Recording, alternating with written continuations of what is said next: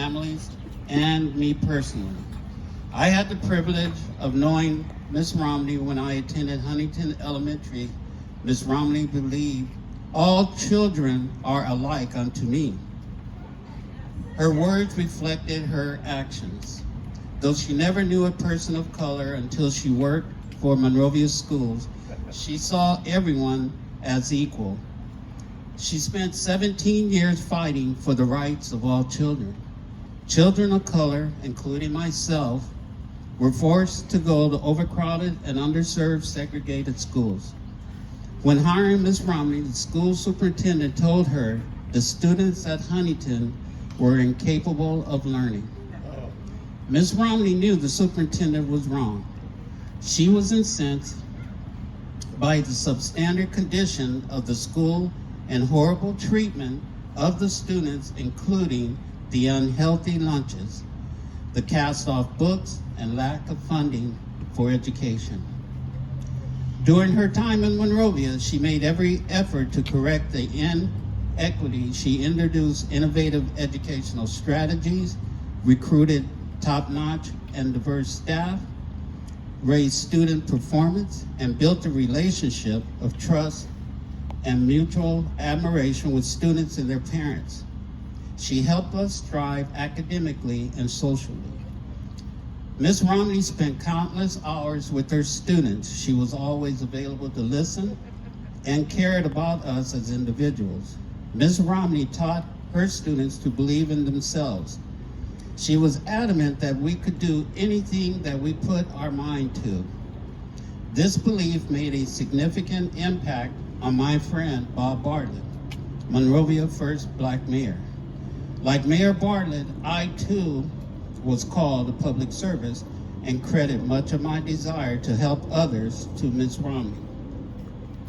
Her passion, talents, and unwavering commitment built a strong bond among the Huntington Elementary community. She created a connection across race lines that had not existed before.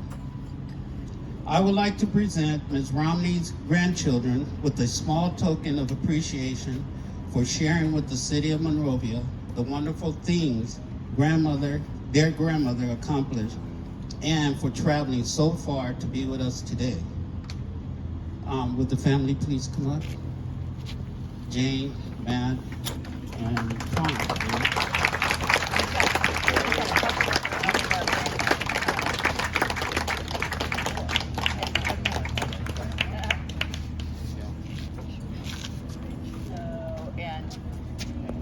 But he's recording. Thank you so much. This is lovely. So we really do appreciate you guys sharing Ms. Romney with us. She was an awesome lady. She said she did so many things. I can stand up here and plus pass the mic around to a lot of her previous students. And it would be a wealth of history shared with during this whole event. So I just ask God to continue to pray for you guys, and thank you so much for being here. Thank you. And now I would like for the family to say some words.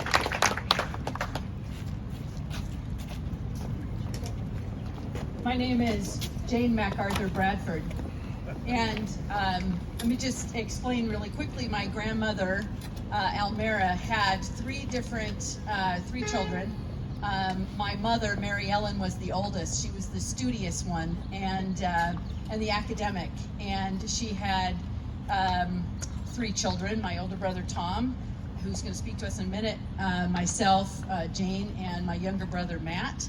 My mother is one of the reasons I think that people remember my grandmother, because my mother spent many years putting together a dissertation that documented the redlining and de facto segregation, not only of schools here in Monrovia, but also around in Southern California. And she highlighted my grandmother's story as a principal here to show how a state that supposedly was legal to have segregated schools still had segregated schools.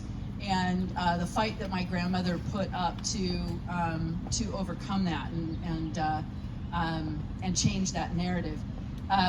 My grandmother's middle child was my vivacious and artistic Aunt Jane, who I was named for, and she had two children, Jay Martin and Eric Martin, and Eric is they both live here in the area. And are here now. My youngest, or her youngest, was my Uncle Clyde, and Clyde's nickname in the family was Sunny, and that describes him very perfectly. He was a sunny tower of strength and intellectual power and friendliness and fun and outgoing nature. And two of his children, Dave and Liz, are here of their 6, and especially and most importantly his wife Deb, who is the last of that generation in our family to be here.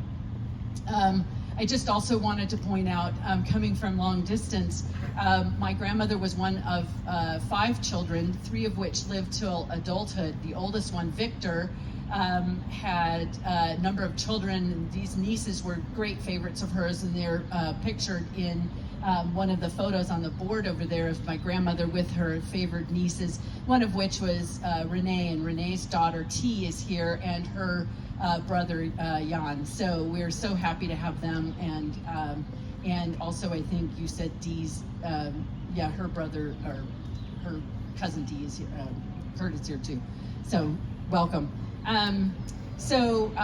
My grandmother was a tower of strength to us. She was the consummate professional, and she taught us that we love everyone and we work our hardest and we do our best. And that legacy still lives on in our family. And I cannot be more grateful that the city of Monrovia recognizes the wonderful things that my grandmother did, and I'm just so proud of her. I'm going to introduce my brother Tom, who's going to tell a little bit about my grandma.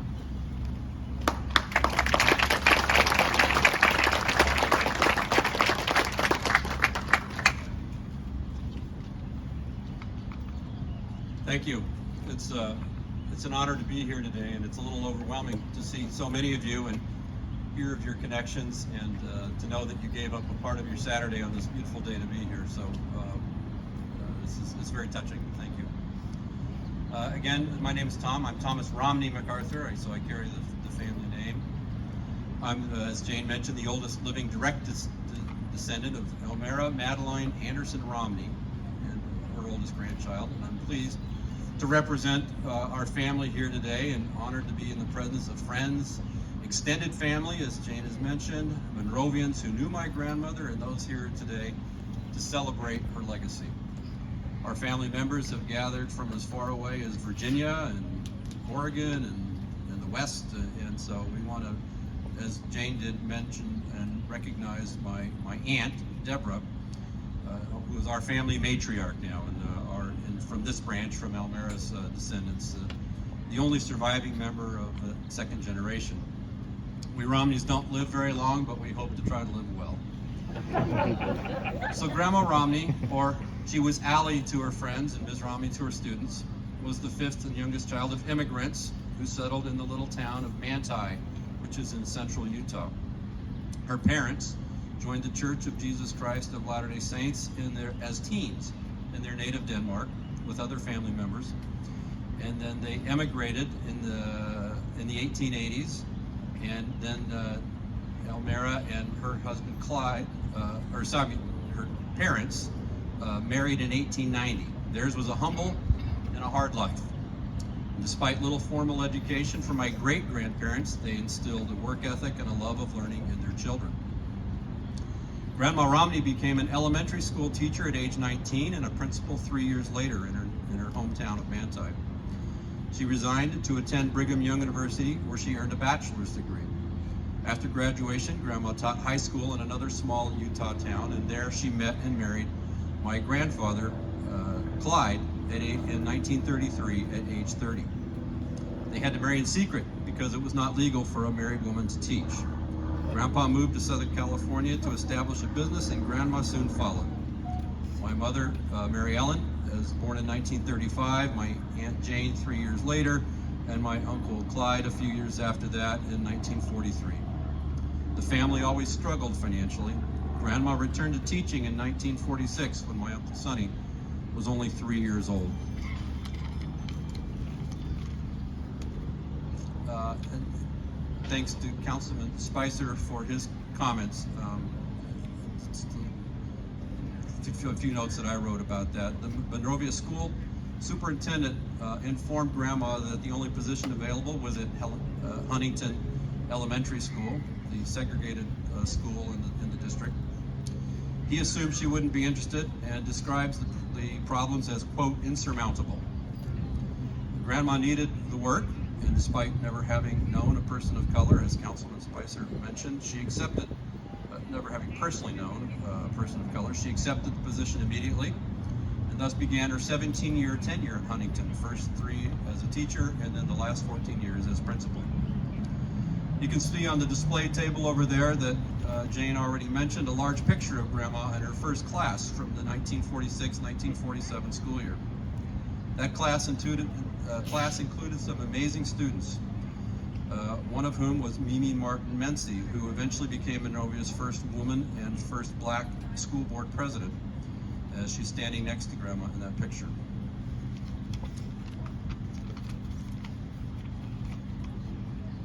Only 5 years after Grandma returned to teaching, my grandpa, Romney, passed away in 1951 after 18 years of marriage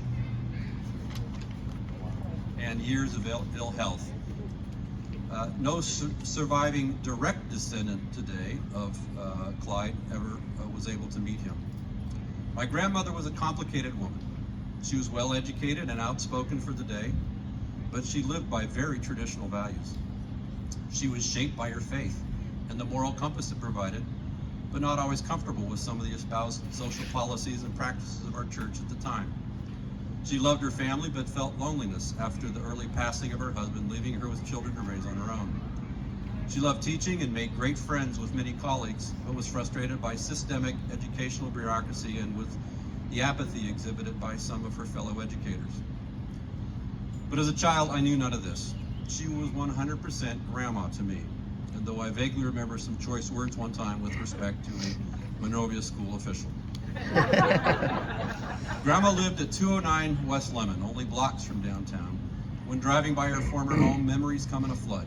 Grandma loved her flower garden, and I helped her weed and battle ever-present snails. There were avocado and grapefruit trees in her yard to harvest and to collect. In her upstairs bedroom, there was a purse filled with marbles, used as a doorstop. We loved to play with those marbles. When we stayed overnight, she would fix a, quote, grandma breakfast that always included cream of wheat, which I love still to this day.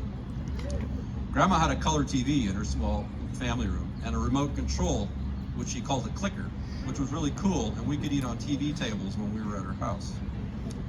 At our house, we only had a black and white TV, and we were definitely not allowed to eat on TV tables. I remember watching the King Sisters specials with her. We loved to walk to the library park, to play, to ride bikes on the nice flat sidewalks, and to gather for family events and holidays. Grandma loved the out of doors. I remember her camping with our family in Yellowstone Valley, complete with unexpected bear interaction. We often picnic in Monrovia Canyon Park, in Wilderness Park, and Lacey Park. I love my special overnight visits to stay with Grandma Romney. If my sister and I were together, we tended to quarrel, which she absolutely did not approve of, so she preferred to have us stay with her one at a time. She taught me how to do yard work and persisted for years to train me to learn to look before you leap. She counseled me not to argue with my mother, referencing the warning given to the future Apostle Paul not to kick against the pricks. Grandma preached the golden rule to us whenever we needed reminders, as we often did. Grandma's last working years were as principal of Mayflower Elementary School. I grew up in Sierra Madre, but I had the unique experience of attending 5th grade at Mayflower as a member of Helen Rainey's class for the 1969-1970 school year, the year that Grandma retired. I, naively, thought it was a special reward for Grandma's special oldest grandchild to be able to attend her school in her last year. I now understand it was a desperate ploy, probably hatched by my mother, to help a severely underachieving 10-year-old by placing him in a hand-picked classroom with watchful eyes all around. When my classmates found out I was the grandson of the principal, I was teased about getting special treatment. I got special treatment all right. Everything I did was known by my principal and then by my mother. Special indeed, but I still have very happy memories of that school year. I hope you can sense from my remarks that we regard Almera Romney also as a family treasure. Grandma's love of learning, reading, and writing has influenced 4 generations and counting. Several of her descendants have chosen to be or married teachers and educators. Grandma's sense of fairness and equity have become part of our family DNA. Grandma's example of faith through trials and adversity has sustained us in times of need. Grandma Romney passed away in June 1980. Her last 2 years of life were marked by ill health, moving in and out of hospitals, care facilities, and when possible, the homes of her children. She hated to be a burden and longed to return to 209 West Lemon, but her failing body prevented that reunion. During these last 2 years, I was serving as a missionary for our church, wrestling with the demands of that calling. In one of her last letters to me, Grandma was a prolific letter writer to family and friends. She drew from her own experience to give me comfort and counsel in her grandmotherly way. She wrote, "I hope you can accept your setbacks as real challenges to your growth and development. Study and pray and work hard and know that we all love you very much." See it underlined: study, pray, and work. These words are a fitting summary of Almera Romney's own life. She was a dedicated student and teacher. She was a woman of faith and devotion. She was a woman of action and effort. I treasure my memories of Grandma, and I recognize the impact her legacy is still having in our family and our community. We're proud that our grandmother is being honored here today as a neighborhood treasure, and grateful to the city and citizens of Monrovia for arranging this wonderful tribute. Thank you all for your efforts to help tell Grandma's story and for being here today.